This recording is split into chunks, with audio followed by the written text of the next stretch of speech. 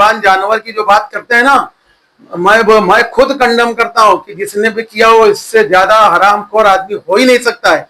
लेकिन जो जिसने खोटी कंप्लेन किया है उससे भी ज्यादा कोई हरामखोर नहीं हो सकता है। पुलिस को परेशानी में डाली बकरी। लंगड़ी बकरी का मामला बना राजनीतिक अखाड़ा। बेजुबान जानवर को किसने मारा। पुलिस में शिकायत का खंडन करते हुए मांझी नगर सेवक मतलूब सरदार ने पुलिस उपायुक्त व एसीपी तथा शांति नगर पुलिस अधीक्षक से जांच कर कार्रवाई करने की मांग की है। श्री खान ने इस मामले को राजनीतिक बताया है। कहा है कि मनपा चुनाव को देखते हुए मुझे बदनाम करने की कोशिश की जा रही है और इसमें बड़े बड़े जनता के चुने हुए प्रतिनिधि शामिल हैं। देखिए पोल खोले नेक्स्ट चैनल को सब्सक्राइब करें, शेयर करें। मैं सबसे पहले तो आप लोगों का बहुत धन्यवाद करता हूं कि आप लोग हमारे से ये पूछने के लिए आए हैं, सच्चाई जानने के लिए। देखिए, मुझे तो पता भी नहीं था कि मेरे ऊपर एफआईआर हो गया। जब मुझे पता चला कि किसी बकरी का पैर टूट गया है तो मैं खुद जो है ना Shanti Nagar police station senior साहब के पास गया, खुद गया और मैंने उनको बताया कि साहब ये क्या मामला है। तो उन्होंने बोला कि भाई आया था मेरे पास, तो मैंने उसको बोला कि भाई मतलब अगर मैंने पैर तोड़ा है तो उसका कुछ सबूत है, किसने देखा। और अगर वहाँ पर मेरे घर के बाजू में बता रहे कि वहाँ पर चरने गई थी, तो वहाँ चरने के लिए कुछ है ही नहीं, वहाँ बिल्डिंग गिरी है, वहाँ खाली पत्थर है, ईंट है, तो वहाँ तो चरने का है। और वो 40-50 किलो की बकरी है। अगर वो उसका मैं पैर तोड़वाता या मेरा रिश्तेदार तोड़ता तो वहाँ 4-6 लोग उसको उठा के ले जाते। तो किसने देखा और कौन तोड़ा कुछ मालूम नहीं। और सबसे पहले तो ये जवान जानवर की जो बात करते हैं ना, मैं खुद कंडम करता हूँ कि जिसने भी किया हो इससे ज्यादा हरामखोर आदमी हो ही नहीं सकता है। लेकिन जो जिसने खोटी कंप्लेन किया है उससे भी ज्यादा कोई हरामखोर नहीं हो सकता है। राजनीति इस तरीके की नहीं की जाती है, ये सब राजनीति का षड्यंत्र है।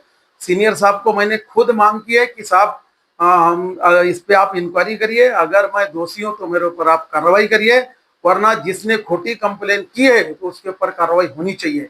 हमने इसके पहले भी, ये आपको बताता हूँ, देखिए ये पत्र मेरा उसका आए दिन वार्ड में किसी न किसी से झगड़ा लफड़ा होता रहता है और किससे भी होएगा वो सीधा जाके मेरा नाम और मेरे साले का नाम बोलता है, साधान का। तो मैंने पत्र पहले से दे के रखा हूँ कि साहब इस बगैर इंक्वायरी के हमारे ऊपर कोई एफआईआर या कोई एनसी लेना नहीं चाहिए और ये जो ली गई नहीं लेना चाहिए। लेकिन मुझे पुलिस के ऊपर विश्वास है कि वो इंसाफ करेगी। आज हमने एक पत्र जो है ना डीसीपी साहब और सीपी ये अपने एसीपी साहब और सीनियर साहब को दिया है और मैंने मांग की है कि साहब इसके ऊपर इंक्वायरी होनी चाहिए और इंक्वायरी के बाद अगर मैं दोषी हूँ तो मेरे ऊपर कार्रवाई की जाए, अगर नहीं हूँ तो इसके ऊपर कार्रवाई होनी चाहिए। तो सीनियर साहब ने मुझे आश्वासन दिया है और मुझे पुलिस के ऊपर विश्वास है कि वो इंसाफ करेंगे। जैसा कि पूरे गांव के अंदर ऐसा लग रहा था कि मैं कोई बहुत बड़ा क्रिमिनल आदमी हूँ, बकरी का पैर तोड़ दिए, इतने फोन आ रहे हैं पूरे शहर में। हमारे जितने मीडिया के भाई थे, ठीक है, उन्होंने चलाया, उनका काम है। लेकिन जिसने भी शुरुआत की थी, अगर मुझसे भी पूछते कि इसकी सच्चाई क्या है तो ज्यादा बेहतर रहता। तो मैं एक बार आप लोगों का फिर से धन्यवाद करता हूं और मैं पुलिस डिपार्टमेंट पर मुझे पूरा भरोसा है और इंक्वायरी होगी, सच सामने आएगा और फिर मैं आप लोगों को बताऊंगा। तो भाई ये बताइए कि ये जो मामला चला, खबर चली, तो इसमें जो है आपको बदनाम करने का क्या मकसद हो सकता है, थोड़ा इसके बारे में। भाई देखिए, अभी ये इलेक्शन जब आता है तो ऐसे ये सब चालू हो जाता है, ये कोई नई बात नहीं है। ठीक है, हमारे सामने इलेक्शन लड़े, कितने लोग लड़े। 2007 में मेरे बाद 10-12 लोग मेरे सारे, 2012 में 10-12 हारे, 2017 में 10-12 हारे। तो वो क्या, हम हरदम मेरे पीछे थोड़ी लगे रहते हैं। ये सब षड्यंत्र है। इलेक्शन हारे हैं 2017 में, उनका काम है, वो यही कर रहे हैं। अरे इलेक्शन आएगा तो आ जाना सामने। जनता का अगर हमने काम किया है तो जनता मुझे जिताएगी और अगर आप अच्छा काम करेंगे तो आपको जिताएगी।